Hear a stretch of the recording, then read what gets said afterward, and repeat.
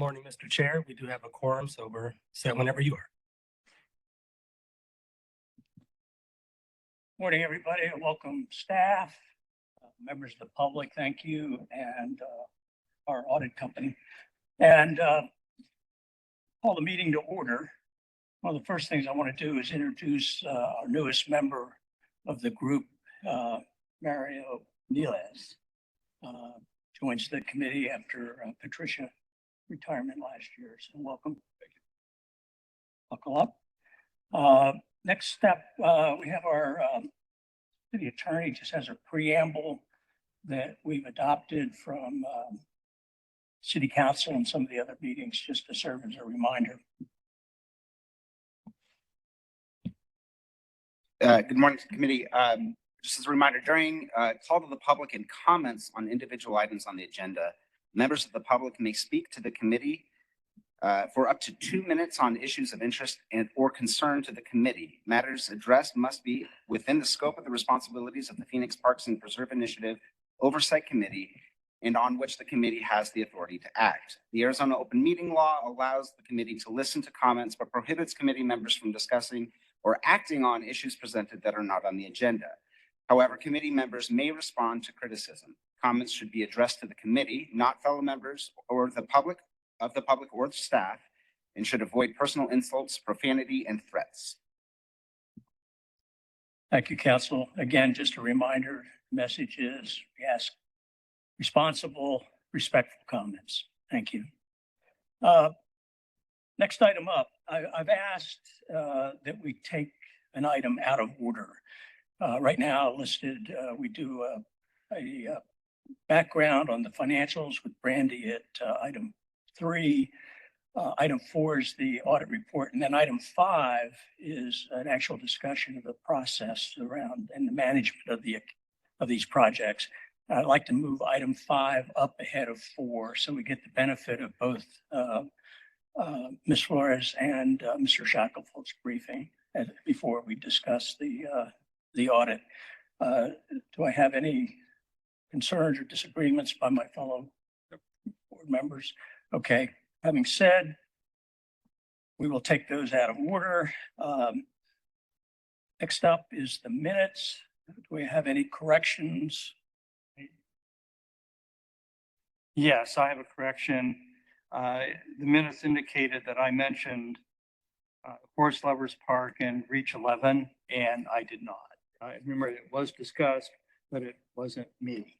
So if I request a change. Okay.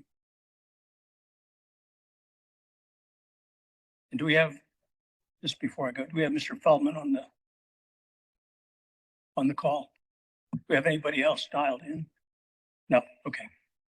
All right, with that correction, I'm also going to make a note. There were a couple things that we discussed, and particularly Gary, you raised that said it would be nice to have, or Ira raised that it would be nice to have certain additional information on the report. We have some of it, but not all of it, and we'll make sure we work with the audit team to incorporate that going forward. With that, I'll entertain a motion to approve the minutes. I second. How about a first? All right, you'll take the first. We have a second. All in favor? Aye. Any opposed? Aye. All right, minutes are approved. Next item up, item 3, I'm going to introduce Marty Whitfield. Marty is interim Parks Director, stepping in when Cynthia, where is she? Is she still here? Yes, there in the back. Took a step to another role in the city. So we wish Cynthia well, and Marty, welcome aboard on this capacity. Please take it away and introduce us. Good morning, Chairman Furness and members of the Oversight Committee. Thank you for that acknowledgement on my new position. The cliche time does fly. It is apparent today because it seems like we're just here with this Oversight Committee. So over the past year, our team has been very busy completing projects around our system and providing additional recreational opportunities to the community. So Chairman Furness, last year the committee asked for an overview of how the city of Phoenix receives 3PI funding. And luckily, joining us at the table this morning is City of Phoenix Deputy Finance Director Brandy Flores to provide an overview. So I'll turn it over to Brandy. Thank you, Marty. So good morning, everyone. And today I'm going to be providing an overview of the Parks and Desert Preserve Fund, also known as the Phoenix Parks and Preserves Initiative Fund, or more commonly 3PI Fund. The purpose of this fund is twofold: to purchase state trust lands for the Sonoran Desert Preserve and to develop and improve regional and neighborhood parks. In an effort to ensure that there is always a steady revenue source, this is funded through transaction privilege tax. Now, what exactly is transaction privilege tax? Well, it is a tax on businesses for the privilege of doing business within the state of Arizona. It's commonly referred to as a sales tax. However, unlike a traditional sales tax, this TPT is levied on the seller rather than the consumer. Though, as many of us see on our receipts, it typically is transferred from the seller onto the consumer. So as businesses file their tax returns, they remit this tax to the Arizona Department of Revenue, which then distributes the revenue to cities and towns. In the next few slides, I'll provide an overview of exactly how this process works out. The fund is supported by TPT that's collected from various business activities, including amusements, rentals, construction contracting, and retail sales, just to name a few. Phoenix's TPT rate is currently 2.8% for most categories, and 0.1% of that goes into the 3PI fund. I'll break this down also in further detail over the next few slides, but the simplest way to visualize this is to remember that for every $10 in taxable activity, 1 penny goes to the 3PI fund. All right, so now let's step back a little bit and walk through the history of this fund.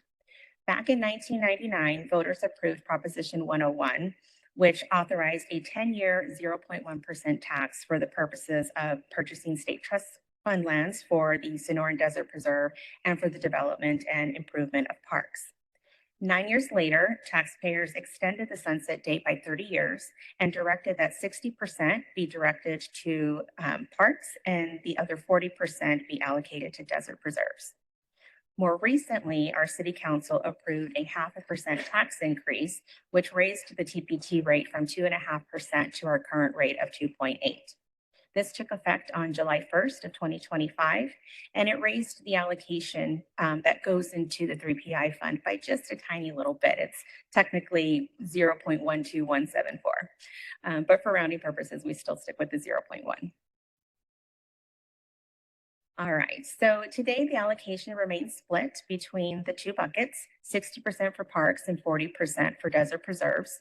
In FY 24-25, the city this fund received $55.9 million, and that's a 4% increase from the prior year.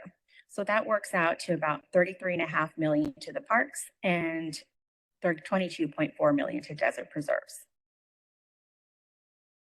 All right, so now let's walk through the process to see how this funding is generated by our taxpayers and eventually appropriated into the city's budget for its intended use. In this example, we see that a consumer makes a purchase in March. Perhaps he or she is in town for one of our fun spring training events. And then the following month in April, the vendor who made the sale remits the revenue and files their taxes with the Arizona Department of Revenue. Then in May, ADOR distributes this revenue to the appropriate city or town, depending on where the transaction took place. And it's at this point that the finance department steps in to carefully reconcile every penny and make sure that it's put into the correct fund as dictated by our voters. Finally, during the annual budget process, the Budget and Research Department appropriates these funds so that they can support the great work that's carried out by our Parks and Recreation Department. So looking ahead, sustaining the funding depends on maintaining strong sales tax revenues. It is essential for the city to preserve its ability to generate revenue so that we may continue to provide our residents and our visitors with the high levels of service that they've come to expect. So with that in mind, me and my team pay close attention to any potential legislative changes that could have a negative impact to city revenues. And with that, I will hand it over to Teresa, who will provide an overview of the website. Thank you, Brandy.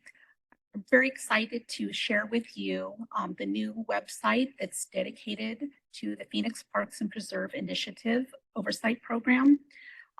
This was a collaborative effort with contributions from the Finance Department, Budget and Research Department, and our Public Information Office. So I just wanted to share some of the high-level features of this webpage, which launched in September 2025.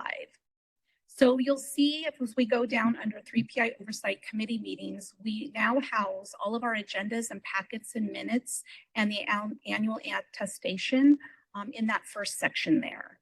If we go down a little bit further and we open up the annual fund balance report, this is a report that captures all the expenditures and all of the revenue that comes into the fund. And this is a summary after each 3PI meeting that we're having, like such as today. We will post the new updated report for this past fiscal year. Also on this webpage, we're containing information such as the ballot initiative language so that viewers can read the language. We also have a link to the city's annual comprehensive financial reports, and along with the budget library, which is from the Budget and Research Department. So all budget documents are contained there. And last but not least, then we also are now highlighting some of our programs or projects that were completed with 3PI funding. So we're really excited to have this website launched. We think it's a huge benefit to the community. Thank you.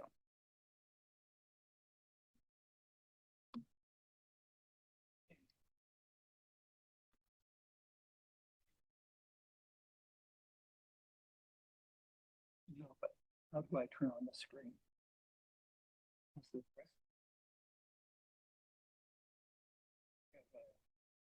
Bear with us for a moment. We have a technical. Let's see, turn on this.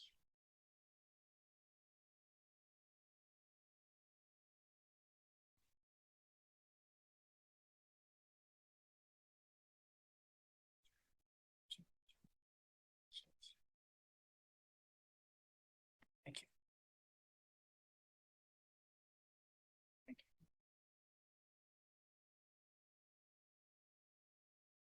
Yes, sir.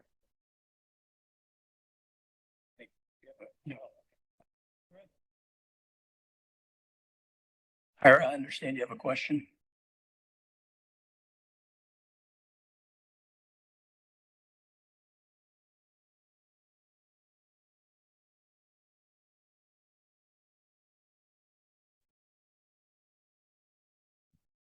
Mr. Feldman?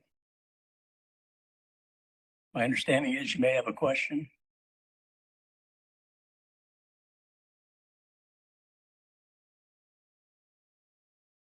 Oh, okay. Just a comment. One, thank you.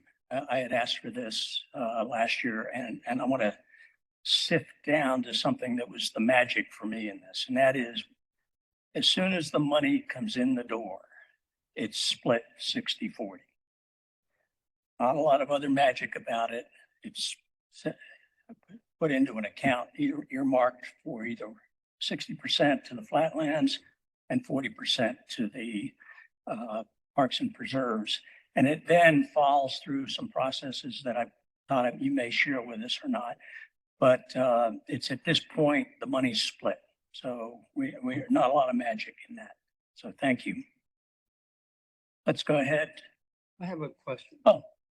Is there any scenario where the funds can be diverted legally from Parks and Preserve to other city programs? No, there is not a situation in which that would occur. We are very careful because this is a voter approved initiative. We are very cautious in making sure that every penny does go to the funds as dictated by our voters. Thank you.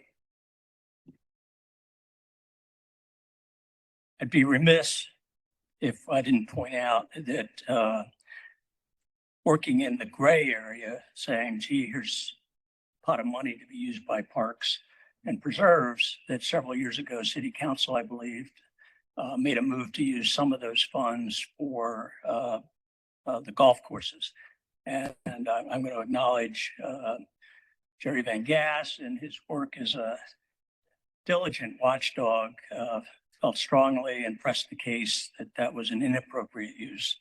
And that money has since been recovered. So while the systems and controls are in place, the chance that something may happen is always there, as it is with any fund. But again, ideally, the controls or our diligent watchdogs will let us know when something bothers them about it. Is that a fair assessment, Jerry? Yes, okay. All right, let's move on to the next topic. Item 4. Thank you, Chairman Furness, members of the committee. The City of Phoenix Parks and Rec Department consists of 189 total flatland parks, 33 community and rec centers, 29 pools, over 41,000 acres of parks and mountain preserve land, with over 240 miles of designated trails. The City of Phoenix uses the PLAY system, a specialized software, which is a digital GIS-based system that maps, tracks, and manages everything inside the city's park system. PLAY is an acronym for Parks, Land, Asset, Inventory. The system provides a comprehensive database of what assets the city owns, where they are located, and their condition. Condition is rated then on a scale from 1 to 3, 1 being in need of replacement and 3 being new. This information is then used to plan capital improvement projects citywide, with consideration given to additional projects funded by other sources, such as impact fees and special revenue like donations.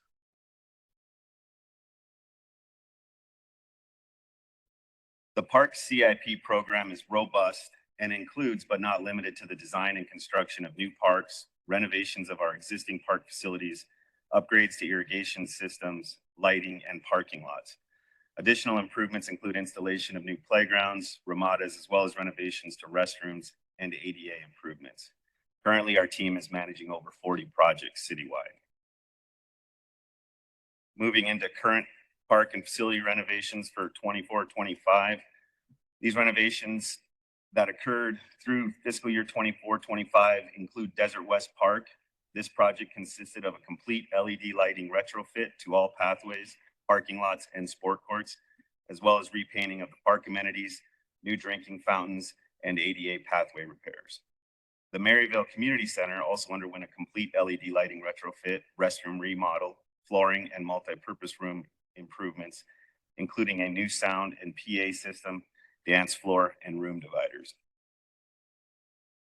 The new Levine Heritage Park, located at 71st Avenue and Meadows Loop, was constructed this past fiscal year, becoming our 189th park and rounding out the 3rd new park in the Levine area over the course of the last 3 years. This new 14-acre neighborhood park contains a multitude of amenities such as escape plaza, sport courts, expansive greenbelt, as well as ramadas and site furniture. Madison Park, located at 14th Street in Glen Rosa, received several non-traditional infrastructure improvements that were necessary for the safety of our visitors. Such improvements included parking lot resurfacing, ADA pathway improvements, minor electrical repairs, and landscape improvements. Surrey Park, located in the Northwest Valley, across the street from Chaparral Elementary School off 39th Avenue and Thunderbird, underwent a significant renovation. This entire park renovation included such items as a new playground, LED pathway lighting, new sport and LED court lighting, new parking lot, and several landscape improvements. East Lake Park, the oldest park in Phoenix, located at 16th Street in Jefferson, just underwent a complete renovation of its pool, which reopened this past October. The project included new plaster, drains, ADA accommodations, multiple aquatic amenities, as well as renovations to the bathhouse, the parking lot, and new lighting. The pool is also heated, which enabled the department to offer swim lessons and fall programming during the months of October and November. This inner city pool can also now be used to train lifeguards in the off-season.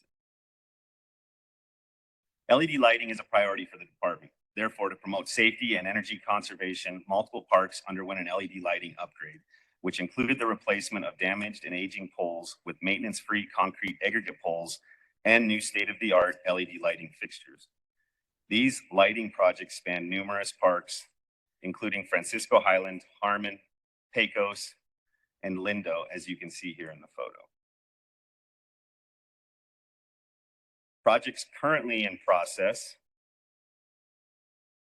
The Christie Cove, a nearly 10-acre neighborhood park located near 24th Street and Shea, is currently in design. The renovations at Christie Cove will include a new basketball court, new LED pathway and sport court lighting, new playground amenities, as well as a new ramada and site furniture. Granada Park, located at 20th Street in Maryland, is also going through the design process. Renovations there will include updates to the irrigation system, LED pathway lighting, and multiple ADA improvements. Construction is anticipated to begin at Hayden Park at 2nd Avenue and Broadway later this month. This project consists of new LED pathway and sport court lighting, new parking lots, and repainting of all park amenities. Construction is also about to begin at Sweetwater Park, located at 44th Street and Cactus. This nearly 20-acre park will boast a new playground and restroom for the very first time since the park's inception. Additional renovations include new LED sport field lighting and parking lot improvements. Hohe, a 1/3 acre pocket park, is currently under construction. New amenities will include a basketball court, playground, ramada, site furniture, and LED lighting. Keepak, a nearly 1/2 acre pocket park, also under construction, with renovations including a new basketball court, new LED lighting, a chilled drinking fountain, as well as a new ramada and site furniture. Both Hohe and Keepak are scheduled for a grand opening later this spring. Pierce, an 18-acre neighborhood park located near 46th Street in McDowell, is also currently under construction. Renovations include multiple sport courts such as basketball, volleyball, and 6 new pickleball courts, as well as new LED sport court lighting. Sunray, located at 40th Street and Ray Road, is nearly an 18-acre neighborhood park that is currently undergoing multiple renovations. This project consists of new sport courts, LED court lighting, a new restroom, ADA and landscape improvements, a new parking lot, as well as the installation of spectator seating for the baseball diamond as shown in the photo. The new South Mountain Activity Complex contains 8 new ramadas in total, 5 small ramadas, 2 large ramadas, and a grand pavilion style ramada with 4 restrooms. The site also has an ADA accessible path and multiple trailhead improvements. This project is on track to be completed this late winter and will be an exciting addition to the South Mountain Preserve. Lone Mountain Park is a new 30-acre park on a 43-acre parcel in Northeast Phoenix, located at 56th Street and Montgomery. The park will include numerous amenities, including a baseball diamond, multi-use sports fields, a variety of courts, including pickleball and basketball, a splash pad, restrooms, and dog park. A future phase of Lone Mountain Park will include a maintenance facility and yard in the southwest corner of the parcel. Construction at Lone Mountain Park is scheduled to begin next month. This past fiscal year, we have completed numerous smaller projects consisting of ADA improvements, parking lot resurfacing, LED retrofits, and the replacement of chilled drinking fountains. Over the course of fiscal year 24-25, the team had repaired cracking, upheaving, and separating sidewalks in 54 parks to promote ADA accessibility and safety. In total, 28 parks throughout the city were completely retrofitted with LED lighting. As you know, LED lighting is incredibly more energy efficient than prior technology, lasts longer, and can provide more coverage to promote safety during the nighttime hours. Over 15 parking lots were crack-filled, slurry-sealed, and restriped. This process not only promotes accessibility and safe passage for pedestrians through each parking lot, it also extends the longevity of the asphalt.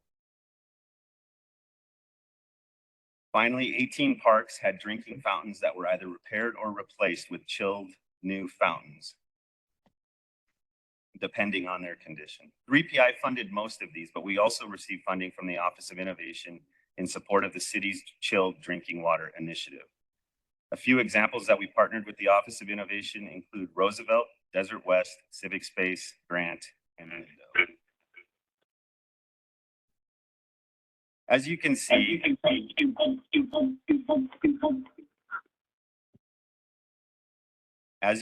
projects span across the city, and it's important for us to ensure there is geographic coverage of each project. This map provides a visual of each park impacted by 3PI funding in fiscal year 24-25. With that, this concludes today's presentation, and I'm happy to answer any questions. Yes, sir.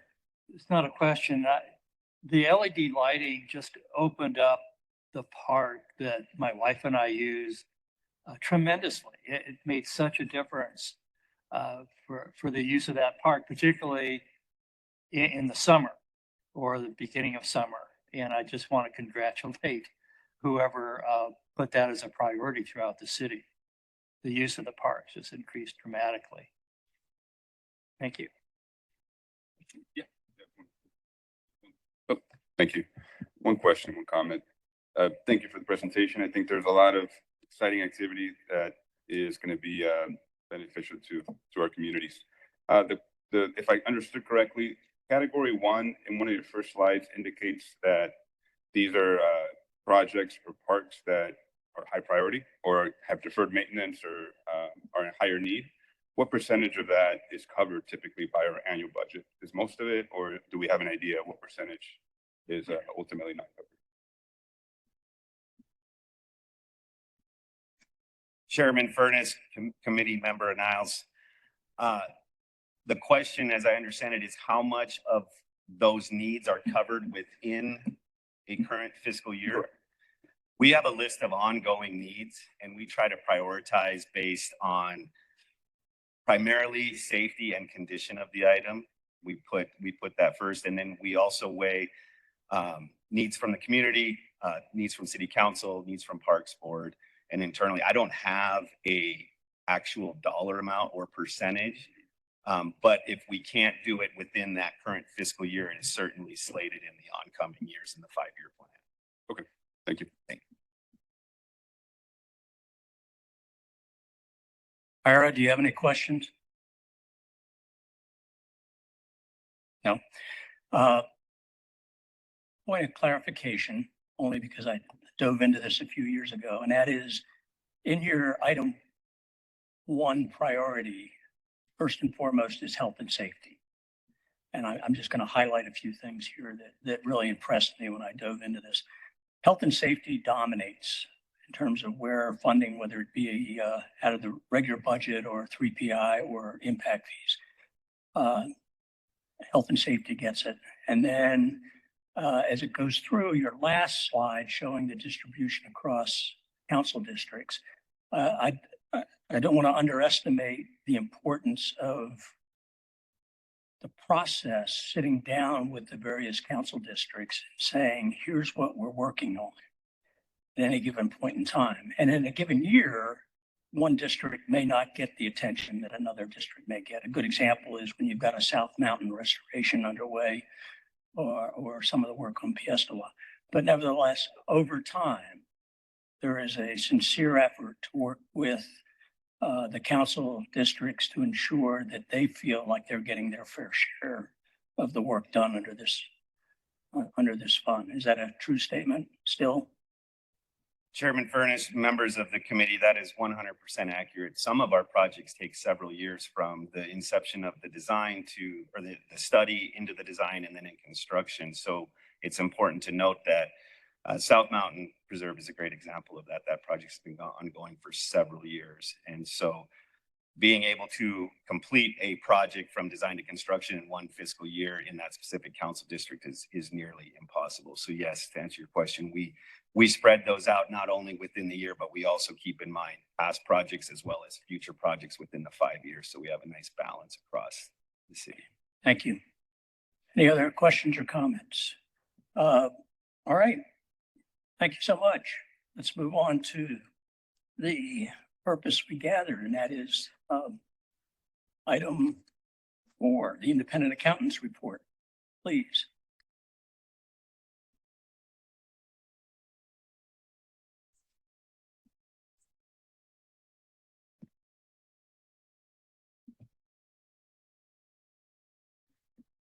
So RMC, welcome back.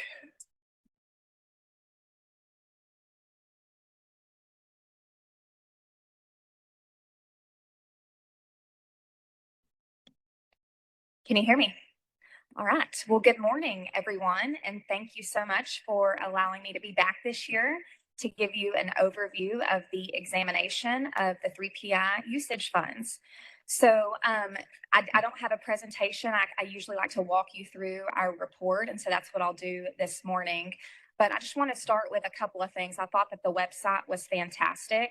On the website, it showed that there is a copy to the city's annual comprehensive financial report, and these funds are part of the city's annual external audit. So I do kind of want to start there. Is this report in front of you today is an examination, which is different than an audit. However, you all take this a step further and actually get a separate examination of these funds. So the Parks and Rec, that is a fund of the city, and it is subject to the city's annual external audit. And then we come along after the city's financial statement audit is complete, and we do a dive into the expenditures of the 3PI to test the usage requirements. Every year we get feedback, and we work with the department to try to incorporate that feedback. And I think this year's report is a really good representation of what we are trying to do here. And so just want to kind of start through, I think the report is in your packet. And so the only thing that you're really getting from us is our independent auditors or independent accountants report. That the schedule in the report is prepared by management. This is their schedule. And then we come in and we do some analysis and examination. So for your importance and what you need to know is from our standpoint, we completed our examination under the standards that we are required to follow as CPAs. And we believe, based on the examination procedures that we have performed, that we can give you a reasonable conclusion that these funds have been spent in compliance with the usage requirements. I know throughout the years, with the basis of the presentation of the report, that sometimes it can get confusing to users and readers of this report. And so we worked with the department this year to really, explain what these separate columns in this report entail. What is an expense recovery versus what is a true expenditure versus what is a commitment. And those definitions are explained in the back of the report, which I think are helpful because sometimes when we come and we do this presentation, someone may get confused on a commitment, which is a PO, which is funds that have been committed or set aside as part of the budget process, but not necessarily a true expense, a true cash outlay, if you will. And so for the purposes of our examination, we focused our efforts on true expenditures because things that have been committed or set aside are not a true cash outlay at this time of the year. And so with our examination, and I know throughout the years there's been feedback on how do we go about sampling or how do we go about testing a certain percentage, and we take that feedback and we work to be better and make this more user friendly for you all. And so of the expenditures, we tested 70% of that total, which is, if you look on the very last page of that report, we tested 70% of the 44 million because that represents true expenditures that occurred during the fiscal year where cash outlay would have occurred. Of that 70%, we go in and we work with the department to review invoices, statements of work, construction invoices, things of that nature. Or if there's a park ranger, we're looking to make sure that there is adequate support to validate that expenditure. And of the 70% that we tested, we did not find anything that led us to believe that there was any non-compliance with the usage of the 3PI requirements. And so that is my high level report. I don't have a PowerPoint like the rest of the team here, but I think it's important to note that the department has worked really hard to make this report user friendly and to really demonstrate the purpose of this examination. And I do want to reiterate that this fund and this department is also subject, just like all other departments of the city, subject to an external audit. And then this committee takes this process an additional step further to have an examination completed. So with that, I'm happy to answer questions, and we gladly take feedback and try to make it better the next year. Thank you. Just one question on my end. Please. Under the commitment section, which is essentially the encumbered funds, is there any allowance that we include for any projects that maybe aren't completed, or any percentage of funds that are encumbered that don't materialize? I would defer to the department on that specific question. Chairman Furness, committee member Niles, the projects, when they become encumbered, do not fall into this report until Streets actually spends the money. So if a portion of the project is not completed, it would not be on this report. Okay. It would follow, that dollar amount would follow on the next year's spend. Great. So the commitments, it's more the POs Or actuals. Got it. Okay. Thank you. That's all. Anything else? Thank you. You have any questions? Nope. Ira? Any questions? Swordsby, again, thank you so much. 70% of 44 million, that's the dollar amount. In terms of, I haven't done the count. Do you have no offhand the number of projects you looked at as a percentage of the total projects? I do not have that information.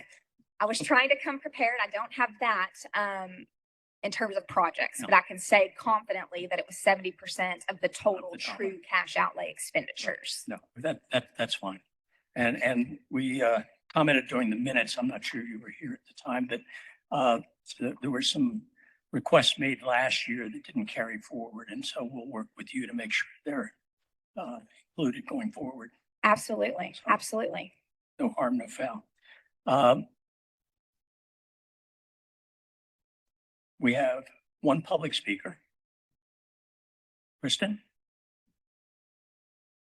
Listen? Is that the right pronunciation?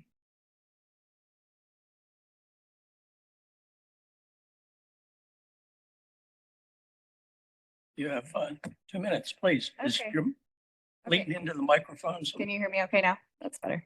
awesome. Okay. Hello, committee. My name is Kristen Lisson. I am a 15-year resident of Phoenix. And I'm also a board member of Good Goat, which is Government Oversight and Accountability Team. And today we provide the committee with an independent legal opinion for your review and consideration. The opinion was prepared by Joshua Cardin of Robinson Law Offices and evaluates whether the city of Phoenix has complied with the voter mandated legal requirements governing the Phoenix Parks and Preserves Initiative. The opinion is based exclusively on the public record, including ballot materials, city ordinances, oversight reports, oversight committee materials, public records responses, and independent accountant attestation reports. It does not rely on privileged information and does not allege criminal conduct. It assesses compliance with the specific conditions presented to voters in 2008 and whether those conditions have been implemented as represented. As detailed in the opinion, council concludes that the public records reflect substantial and systemic compliance failures, including the substitution of the voter-mandated annual public audit with management-controlled attestation engagements, material misclassification and aggregation of expenditures, impairing meaningful oversight, unauthorized use of restricted 3PI funds for Gulf Enterprise debt transactions, and record-keeping failures that prevent independent verification of material expenditures. Based on those findings, I can say that Good Goat is intending to pursue litigation, but importantly today, I believe it is important that the committee be fully informed of the legal conclusions reached and the seriousness of the compliance issues identified. We have a full website that I dare to say is not magical in the sense that all of the data is visible for everyone to see. So we're looking forward to sharing that with the public and the committee where you can dive into the numbers yourselves. Thank you. Thank you so much. Any other questions or comments? I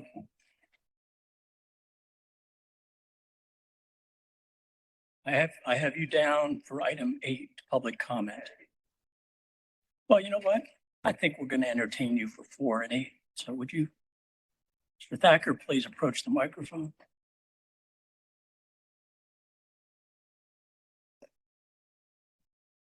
I have some questions, and I'd like to, I know Ms. Ormsby is here to speak, and so they are directed at the auditors. We'd just like to be able to get some questions answered, if that's okay. Or at least ask them. whether we can answer them. Just a point of clarification from the beginning, we said that all your questions should be directed to the committee and not to any of the presenters. Sure, okay. $59 million was, I believe, this year's 3PI fund amount. Do any of the committee members know the average amount of time that a oversight committee meeting runs? It's 52 minutes. I'll answer for you. A little under $1 million a minute is how much time is spent on oversight. It's implausible and frankly shameful that we would do such a poor job with the citizens' money and such an extraordinary amount of money. An attestation is not an audit. The ACFR is not the audit that was dictated by the ballot. The ACFR was done prior to the ballot. Why would we put that there needed to be a specific audit on there? If we're already doing audits and it's already required by the federal government, that would be ridiculous. So of course it wouldn't do that. An audit is required and we're getting ready to prove it. You can either get on board with it or you can get out of the way of it. But litigation is coming for this. You have turned this into a slush fund that was never meant to be. It was not meant for operations of parks that weren't new, not to replace the operations that are happening for existing parks. The way you're using it now, there's no differentiation between regular parks funds and these funds, other than you have to split them 60-40. Who cares? It's supposed to be going to new parks, and the budgets have gone down dramatic. Or the budget hasn't increased for parks at the same rate that it has for the city, nor for the Parks and Preserve Initiative. Okay, thank you, Mr. Thacker. All right, with that, I will entertain a motion to approve the report as submitted. Second? All in favor? Aye. Aye. Aye. Ira? Nope. Okay. That said, motion carries. Let's move on to the next items on the agenda. Let's come forward. Committee chairperson's report. Bear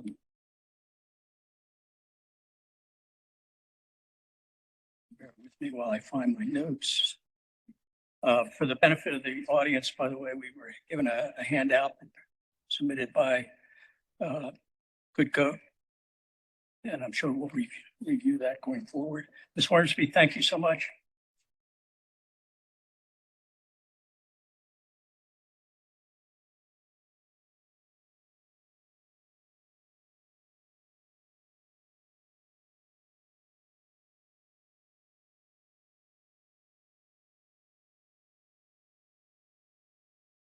I had a really nice set of notes here on my report. I can't lay my hands on them right now. So, please, thank you so much.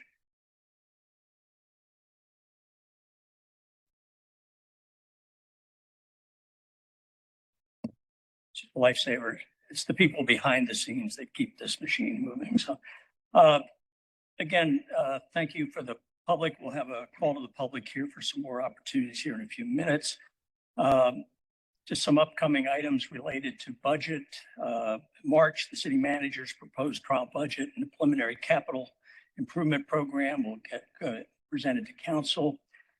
April, public budget hearings are held, inputs provided to council. The June tentative and final budgets are presented to council in the 5-year capital improvement program. And in July, council adopts. So I encourage everybody that has an interest in not just 3PI, but the funding and application of funds across the city to take advantage of those meetings that are coming up. Item 7, chance for the committee members to contribute. Any general comments, requests for going forward? I'm not sure this is the appropriate time, but I'm looking at attachment A. Is this the appropriate time? We've moved on. I Yes. know. I understand. It So- wasn't presented, so, but I do have a question. Can I ask the question or? Absolutely. Okay.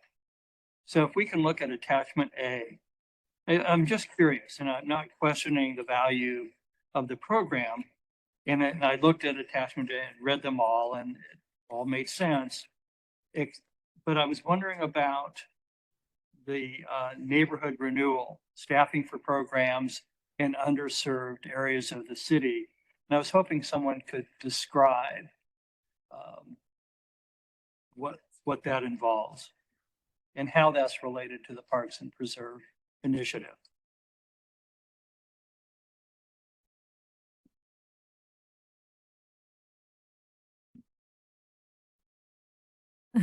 Thank you, Chairman Furness and Committee Mayor Casa.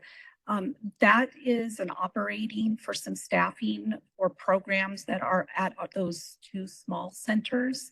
So this is a program for decades that we've had to help those areas that don't have maybe some of the different opportunities that other areas have. And so their programs specifically that staff in those positions were funded by 3PI.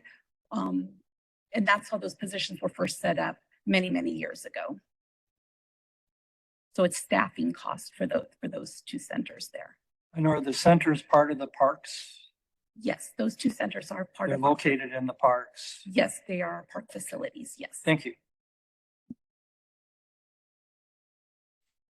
Okay. Again, my only comment is on 7 is we'll work with the audit firm to make sure the items we identified last year, carry forward for next year's report. Moving on to item 8, call to the public. Mr. Van Gass. The microphone is yours for 2 minutes, please.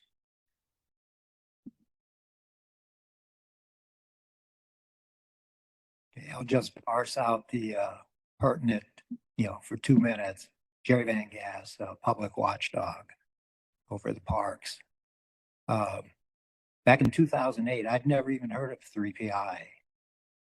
But when I found out that it was a tax by the people to tax themselves, 1/10 of 1% didn't seem like a lot. But it turns out it's the largest such fund for a park system in the country. And it's been around 25 years now without a specific audit on that fund. This committee has a fiduciary responsibility to make sure that money is being used in the best interest of the public. It's not happening, folks. A member of this committee back then, a good friend of mine, back in 2008, I mentioned 3PI and he says, "Oh, I'm on that board." I said, "Well, what's the oversight?" And he said, "We meet once a year for an hour and rubber stamp whatever they bring us and then break for lunch. That's not oversight." and meeting once a year.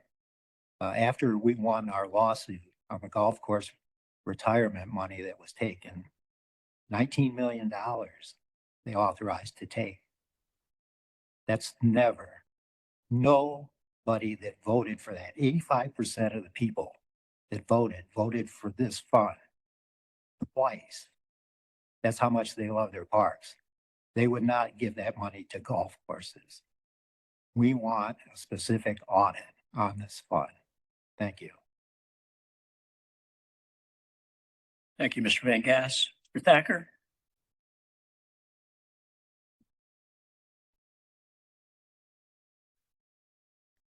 We estimate that the city has embezzled between 150 and $250 million out of this account over the last 15 years. That the funds have been misallocated completely. The zoo, the science center, sidewalks that have been existing, programs that have existed for decades are not new parks. That's what these funds were for. We also don't believe that where it says that you are to review all expenses, we don't believe that project-based complete expenditures are expenses. We certainly don't believe that vague Sonoran Parks, Sonoran Preserve purchase qualifies as an expense unless you know what land it is. But none of you can tell me. In fact, your comment that you casually looked over the projects is very telling about the oversight that we're seeing and why this has been such a failure. We will, I'm not sure what else you could need. The fact that you're okay waiting another year for the detailed information that you asked for prior is frankly infuriating as a citizen. It's my money, it's my parks.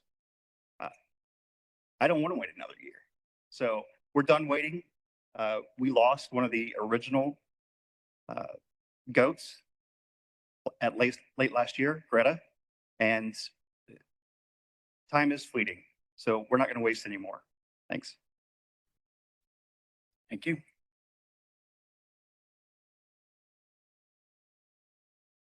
With that, our meeting is adjourned. Thank you.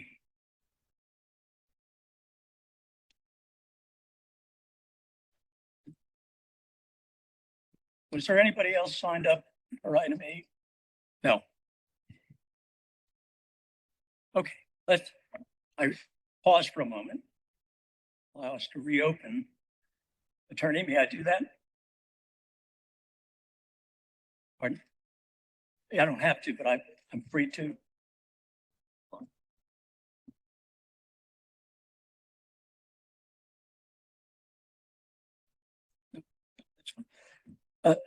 Upon advice of council, just for consistency with the way the city runs their meetings, once we adjourn, we don't open that can again. So thank you.